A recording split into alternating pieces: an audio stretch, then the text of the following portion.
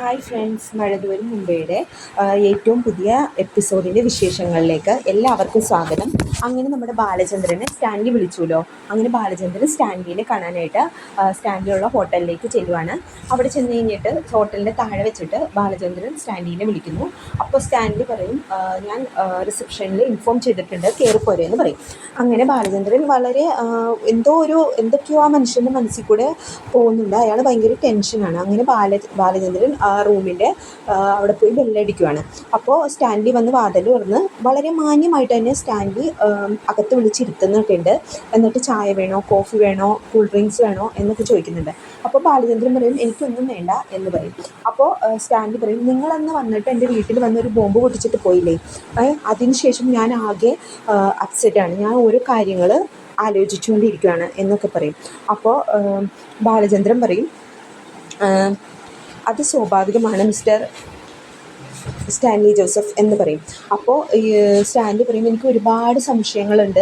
എൻ്റെ മോള് ആണെന്ന് നിങ്ങൾ പറഞ്ഞു, അത് വൈജയ്ക്ക് അറിയില്ല എന്ന് പറഞ്ഞു, അനാഥാലയത്തിലായിരുന്നു ആ കുട്ടി വളർന്നതെന്ന് പറഞ്ഞു, അങ്ങനെ നിങ്ങൾ ഒരുപാട് കാര്യങ്ങൾ പറഞ്ഞു. പിന്നെ അതിന് രേഖയോ സാക്ഷിയോ ഒന്നുമില്ല എന്നും മിസ്റ്റർ ബാലചന്ദ്രമേനൻ എന്നോട് പറഞ്ഞിരുന്നു. ഇതെല്ലാം നിങ്ങൾക്ക് ഓർമ്മയുണ്ടല്ലോ അല്ലേ എന്ന് സ്റ്റാൻലി ചോദിക്കും. അപ്പോൾ ബാലചന്ദ്രൻ പറയും, ഞാൻ പറഞ്ഞ കാര്യങ്ങളെല്ലാം എനിക്ക് ഓർമ്മയുണ്ട്. അപ്പോൾ ഇതിനെല്ലാം മുമ്പ് ഞാൻ നിങ്ങളോടൊരു കാര്യം ചോദിക്കുന്നു, അതെനിക്ക് പറഞ്ഞു തരണം, എന്നിട്ട് ഞാൻ എൻ്റെ ബാക്കി കാര്യങ്ങളൊക്കെ പറയാമെന്ന് ബാലൻ പറയും. അപ്പോൾ ബാലൻ ചോദിക്കും, റിട്ടയർമെൻറ്റിന് ശേഷം നിങ്ങൾക്ക് വൈജയനെ തിരക്കണമെന്ന് തോന്നിയില്ലേ? അതും വെറും 3 മണിക്കൂർ ഉള്ളൂ നിങ്ങൾ താമസിക്കുന്നിടത്ത് നിന്ന് വൈജയുടെ പാലയിലേക്ക് വന്ന് അന്വേഷിക്കാനായിട്ട്. അപ്പോൾ നിങ്ങൾ എന്തുകൊണ്ടാണ് അങ്ങനെ വന്ന് അന്വേഷിക്കാതിരുന്നത് എന്ന് ചോദിക്കുമ്പോൾ സ്റ്റാൻലി പറയും, ആര് പറഞ്ഞു ഞാൻ അന്വേഷിച്ചില്ലെന്ന്? ഞാൻ 2 തവണ വൈജയെ അന്വേഷിച്ച് വന്നിരുന്നു, അവളുടെ വീട്ടിൽ വന്നിരുന്നു. ആദ്യത്തെ ഒരു തവണ വന്നപ്പോൾ അവരുടെ വീട്ടുകാർ പറഞ്ഞു അവൾ ഏതോ ഒരു കുടുംബ വീട്ടിലാണെന്ന് പറഞ്ഞ് എന്നെ പറഞ്ഞു വിട്ടു. രണ്ടാമത് വന്നപ്പോൾ അവരെന്നെ ഭയഭീഷണിപ്പെടുത്തുകയും കളിയാക്കി അപമാനിക്കുകയൊക്കെ ചെയ്ത് വിട്ടു. പിന്നീട് ഞാൻ അങ്ങോട്ട് പോയില്ല എന്നൊക്കെ പറയും. അപ്പോൾ ബാലൻ ചോദിക്കും, പിന്നെ നിങ്ങൾക്ക് എന്തോ ഒരു ആക്സിഡൻറ്റ് ഉണ്ടായിന്ന് അറിഞ്ഞല്ലോ, ഒരു ബൈക്ക് ആക്സിഡൻറ്റ് അല്ലേ എന്ന് ചോദിക്കും. അപ്പോൾ സ്റ്റാൻലി പറയും, അത് വെറും ഒരു ആക്സിഡൻ്റ് ആയിരുന്നില്ല, ഞാനിപ്പോഴും വിശ്വസിക്കുന്നത് അതൊരു കൊലപാതക ശ്രമമായിരുന്നു എന്നായിരുന്നു. അന്ന് ഇതേപോലെ പുനലൂരിൽ നിന്ന് പത്തനാപുരത്തേക്ക് ഞാനും എൻ്റെ കൂട്ടുകാരനും ജോർജും കൂടി ബൈക്കിൽ പോകുമ്പോഴായിരുന്നു ഒരു ജീപ്പ് വളരെ വേഗത്തിൽ വന്ന് ഞങ്ങളെ ഇടിക്കുമായിരുന്നു. അത് കൊല്ലണം എന്ന ഉദ്ദേശത്തോടെ വന്ന് ഇടിച്ചതാണെന്നുള്ള കാര്യം ഞങ്ങൾക്ക് 2 പേർക്കും അറിയാം. അറിയായിരുന്നു. പിന്നെ അതിനുശേഷം ജോർജ് അവിടെ വെച്ച് തന്നെ മരിച്ചു. ഞാനൊരു 3.5 മാസത്തോളം ഹോസ്പിറ്റലിൽ ആയിരുന്നു, കോമയിലായിരുന്നു. ഇതൊക്കെ കാരണം പിന്നെ ഞാനന്ന് റിക്കവറി ആയി വന്നപ്പോഴത്തേക്കും ഏകദേശം 1 കൊല്ലത്തോളം ആയിരുന്നു. അപ്പോൾ ബാലൻ ചോദിക്കും, അപ്പോൾ നിങ്ങൾ ഇതിന് കേസൊന്നും കൊടുത്തില്ലേ എന്ന് ചോദിക്കും. അപ്പോൾ പറയും, ആർക്കെതിരെ കേസ് കൊടുക്കാൻ? വണ്ടിയോ, ആ വണ്ടിയുടെ പാർട്സ് പോലും പിന്നീട് വിറ്റു, പാർട്സുകളാക്കി അത് വിറ്റു എന്നാണ് അറിഞ്ഞത്. പിന്നെ അതിന് ദൃക്സാക്ഷികളായിട്ട് ഉണ്ടായ ഏക വ്യക്തികൾ എന്ന് പറയുന്നത് ഞാനും ജോർജും ആയിരുന്നു. ഞങ്ങളുടെ അവസ്ഥ ഇങ്ങനെയും ആയിരുന്നു എന്നൊക്കെ പറയുകയാണ്. അപ്പോൾ ബാലൻ ചോദിക്കും, ഇതിൻ്റെ പിന്നിൽ ആരാ പ്രവർത്തിച്ചതെന്ന് നിങ്ങൾക്ക് സംശയമുണ്ടോ എന്ന് ചോദിക്കും. അപ്പോൾ സ്റ്റാൻലി പറയും, എനിക്ക് വ്യക്തമായ ധാരണയുണ്ട്, അത് ശിവശങ്കര മേനോനും രാജീവ് മേനോനുമാണ് ചെയ്യിച്ചതെന്നും ഗുണ്ടകളുടെ സഹായത്തോടുകൂടിയാണ് ചെയ്യിച്ചതെന്നും അതിൻ്റെ എല്ലാത്തിൻ്റെ പിറകിൽ വൈജയുടെ അച്ഛൻ കുഞ്ഞിരാമ മേനോൻ എന്ന് പറയുന്ന മനുഷ്യനായിരുന്നു എന്നും എല്ലാം എനിക്ക് അറിയാമായിരുന്നു എന്നൊക്കെ പറയും. പിന്നെ 1 വർഷം കഴിഞ്ഞപ്പോൾ വൈജയുടെ മാരേജ് കഴിഞ്ഞു എന്ന് എൻ്റെ സഹോദരൻ ആൽബിയാണ് പറഞ്ഞത്. പേപ്പറിൽ എവിടെയോ അവൻ കണ്ടു എന്നും ഒക്കെ പറഞ്ഞു. പിന്നെ ഞാൻ അതിനെപ്പറ്റി പിന്നീട് ആലോചിക്കാൻ പോയില്ല.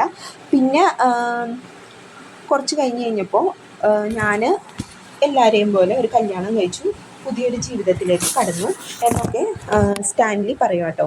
അപ്പോൾ ബാലചന്ദ്രൻ ചോദിക്കും, അപ്പോൾ നിങ്ങൾക്കൊരു റിവെഞ്ച് എടുക്കണം എന്ന് തോന്നിയില്ലേ? നിങ്ങൾ ഇത്രയും ഉപദ്രവിച്ചിട്ട് നിങ്ങൾക്ക് റിവെഞ്ച് എടുക്കണം എന്ന് തോന്നിയില്ലേ എന്ന് പറയും.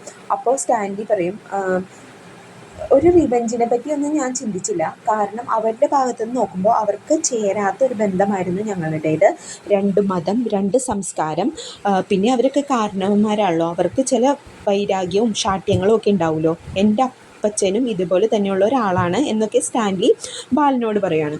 അപ്പോൾ ഇതൊക്കെ കേട്ടുകൊണ്ട് ഇങ്ങനെ ഇരിക്കുമ്പോൾ പിന്നീട് കാണിക്കുന്നത് ഗോവർദ്ധൻ വരുന്നു. ഗോവർദ്ധൻ ബാലൻ്റെ വീട്ടിലേക്ക് വരുവാണ്. കാരണം ബാലൻ വിളിച്ചിരുന്നല്ലോ വേഗം വന്നോ എന്ന് പറയാനായിട്ട്. അങ്ങനെ ഗോവർദ്ധൻ വളരെ ധൃതിപ്പെട്ട് വന്നേക്കും കേട്ടോ. അപ്പോൾ അലീന ഒരു ബാഗുമായിട്ട് വീട്ടിൽ നിന്ന് ഇറങ്ങി വരും. അപ്പോൾ ഗോവർദ്ധൻ ചോദിക്കും, ബാലേട്ടൻ എവിടെ മോളേന്ന് ചോദിക്കും. അപ്പോൾ അലീന പറയും, അല്ല അച്ഛൻ പോയല്ലോ, അങ്കിളിനോടൊന്നും പറഞ്ഞില്ലേ. വണ്ടിയുടെ സൗണ്ട് കേട്ടപ്പോൾ ഞാൻ ഓർത്തത് അച്ഛൻ വന്നു എന്ന് ഓർത്താണ് ഞാൻ ഈ ബാഗൊക്കെ ആയിട്ട് വന്നേന്ന് അലീന പറയും.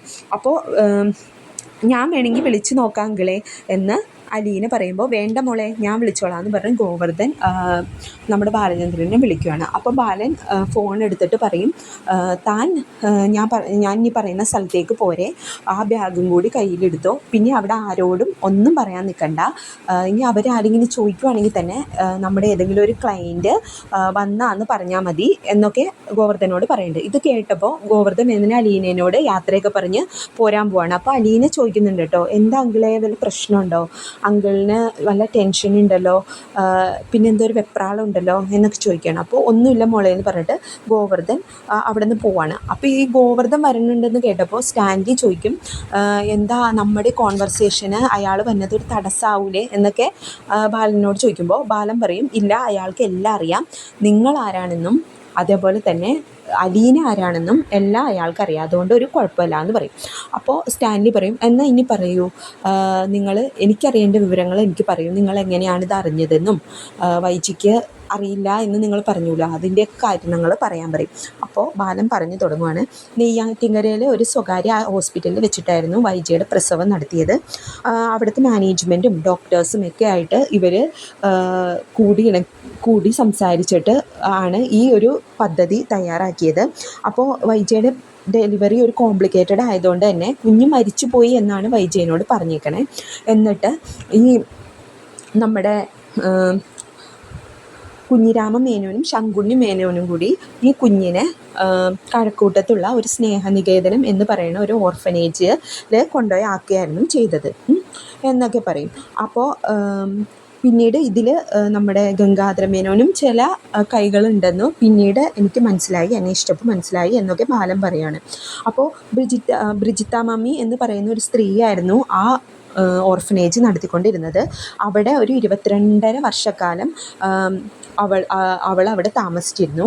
പിന്നീട് കരൾ രോഗം വന്ന് അവർ കിടപ്പിലായപ്പോൾ എല്ലാവരെയും അവിടെ പല സ്ഥലത്തേക്ക് സുരക്ഷിതമായ സ്ഥലങ്ങളിലേക്ക് അയച്ചു. ആ സമയത്ത് ഈ ബ്രിജിത്ത മാമി കുഞ്ഞിരാമ മേനോനെ വിളിച്ചിട്ട് അലീനേനെ എന്ത് ചെയ്യണം എന്ന് ചോദിച്ചു. അപ്പോൾ കുഞ്ഞിരാമ മേനോൻ അവിടെ പോയി കണ്ടിരുന്നു എന്നും ഒക്കെ ബാലൻ സ്റ്റാൻലിനോട് പറയാണ്. അപ്പോൾ അവിടെ ചെന്ന് കഴിഞ്ഞപ്പോൾ ഈ വിവരങ്ങളൊക്കെ അറിഞ്ഞപ്പോൾ കുഞ്ഞിരാമ മേനോൻ ബ്രിജിത്ത മാമീനോട് പറഞ്ഞു, കാലൊടിഞ്ഞ് കിടക്കുന്ന എൻ്റെ ഭാര്യേനെ നോക്കാനായിട്ട് ഞാൻ ഇവളെ കൊണ്ടുപോയിക്കോളാം എന്ന് പറഞ്ഞ് അങ്ങനെ ഏറ്റെടുക്കുമായിരുന്നു കുഞ്ഞിരാമ മേനോൻ. അയാളുടെ ഒരു പ്രായച്ചിത്തം എന്നൊക്കെ പറഞ്ഞ് ബാലൻ ചിരിക്കുന്നുണ്ട്. അങ്ങനെ കുറച്ച് നാൾ കഴിഞ്ഞപ്പോഴത്തേക്കും ബ്രിജിത്ത മാമിയും അതുപോലെ തന്നെ കുഞ്ഞിരാമ മേനോനും മരിച്ചു. അപ്പോൾ മരിച്ചുപോയ ഒരു പ്രായമായ ഒരാളുടെ ആഗ്രഹം അല്ലെങ്കിൽ ഒരു മരിച്ചുപോയ ഒരാളുടെ ഒരു ആഗ്രഹം അല്ലേ എന്നോർത്ത് ഞാനും അതേപോലെ തന്നെ ശിവേട്ടൻ്റെ മകൻ മനുവും കൂടി അവളെ വീട്ടിലേക്ക് തിരിച്ചു കൊണ്ടുവരുമായിരുന്നു ജോലിക്ക് വേണ്ടി എന്നൊക്കെ പറയുകയാണ്. അപ്പോൾ സ്റ്റാൻലി ഇതൊക്കെ കേട്ട് വളരെ ആകാംക്ഷയിൽ ഇങ്ങനെ ഇരിക്കുന്നുണ്ട് കേട്ടോ. അപ്പോൾ ചാവണേക്ക് മുമ്പുള്ള പ്രായച്ചിത്തം എന്നൊക്കെ പറഞ്ഞ് ബാലൻ ഇങ്ങനെ കളിയാക്കുന്നുണ്ട്. അപ്പോൾ സ്റ്റാൻലി ചോദിക്കും, ഇതെല്ലാം അലീനയ്ക്ക് അറിയാമായിരുന്നോ? അവൾക്കെല്ലാം അറിഞ്ഞുകൊണ്ടാണോ അവൾ ഇങ്ങോട്ടേക്ക് വന്നത്? വൈജ അമ്മയാണെന്ന് അവൾക്കറിയോ എന്നൊക്കെ സ്റ്റാൻലി ചോദിക്കും. അപ്പോൾ ബാലൻ പറയും, അവൾക്ക് എല്ലാം അറിയാമായിരുന്നു, അവൾ വന്നു കയറേണ്ട കുടുംബത്തിലേക്ക് തന്നെയാണ് ജോലിക്കാരിയായിട്ട് വന്നതെന്നുള്ളൊരു ധാരണ അവൾക്ക് ഉണ്ടായിരുന്നു. പക്ഷേ ബ്രിജിത്ത മാമി അവളെ കൊണ്ടൊരു വാക്ക് മേടിച്ചിരുന്നു, ഒരിക്കലും അത് നിൻ്റെ കൂടപ്പിറപ്പുകളാണെന്നോ അവർ നിൻ്റെ കുടുംബമാണെന്നോ അത് അമ്മയാണെന്നോ ഒന്നും അവരോട് പറയരുത് എന്നൊരു നിബന്ധന അവിടെ വെച്ചിട്ടുണ്ടായിരുന്നു. അവളത് പാലിക്കുകയും ചെയ്തു കൃത്യമായിട്ട് എന്ന് പറയും. അപ്പോൾ സ്റ്റാൻലി ചോദിക്കും, പിന്നെ എങ്ങനെയാണ് നിങ്ങളിത് അറിഞ്ഞത് എന്ന് ബാലനോട് ചോദിക്കും. അപ്പോൾ ബാലൻ ഇങ്ങനെ ഒരു ചിരിയോടുകൂടി പറയും, എനിക്ക് ഈ അലീന വീട്ടിൽ വന്നപ്പോൾ മുതൽ അവളുടെ പെരുമാറ്റത്തിൽ സംശയം ഉണ്ടായിരുന്നു. പിന്നീട് ഞാൻ ആ സംശയം മാറ്റാൻ വേണ്ടിയിട്ട് അവളുടെ ഫോൺ കോൾസ് റെക്കോർഡ് ചെയ്യാൻ തുടങ്ങി. പിന്നെ ഒരു ദിവസം അവളുടെ പ്രിയ കൂട്ടുകാരിയായിട്ട് ഫോണിൽ സംസാരിച്ചപ്പോൾ ഈ വിഷയങ്ങൾ സംസാരിക്കുന്നത് കേട്ടപ്പോൾ ഞാനതറിഞ്ഞു എന്നൊക്കെ പറയുകയാണ്. അപ്പോൾ അങ്ങനെ റെക്കോർഡ് ചെയ്തതൊക്കെ കേട്ട് കഴിഞ്ഞപ്പോൾ എനിക്ക് വല്ലാത്തൊരു മാനസികാവസ്ഥയാണ് ഉണ്ടായത്. അത് അങ്ങനെ ആവല്ലേ എന്ന് ഉറപ്പിക്കാനായിട്ട് ഞാനിങ്ങനെ നീലഗിരി പോയി, ഗംഗാധര മേനോൻ്റെ വീട്ടിൽ പോയി. അവിടെ ചെന്ന് കഴിഞ്ഞപ്പോൾ ഒരൊറ്റ ചോദ്യം മാത്രമേ അയാളോട് ഞാൻ ചോദിച്ചുള്ളൂ.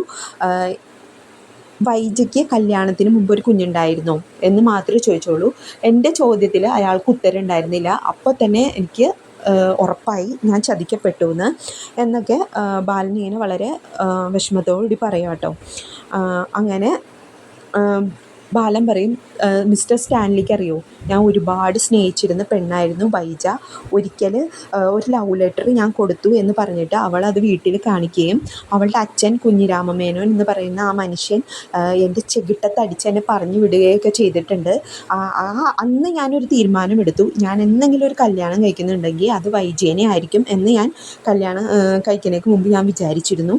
പക്ഷേ അവർ എനിക്ക് എൻ്റെ തലയിൽ വെച്ച് തന്നത് എങ്ങനെയുള്ളൊരു പെണ്ണിനെയാണ്, അത് ഏത് രൂപത്തിലാണ് എനിക്ക് കെട്ടിച്ചു തന്നതെന്നുള്ള കാര്യം ഞാൻ പറയാതെ തന്നെ മനസ്സിലാക്കാനായിട്ട് ഏറ്റവും നല്ലത് മിസ്റ്റർ സ്റ്റാൻലി ആണ് എന്നൊക്കെ വളരെ സങ്കടത്തോടെയും പുച്ഛത്തോടും കൂടി ഇങ്ങനെ ബാലൻ പറയാണ്.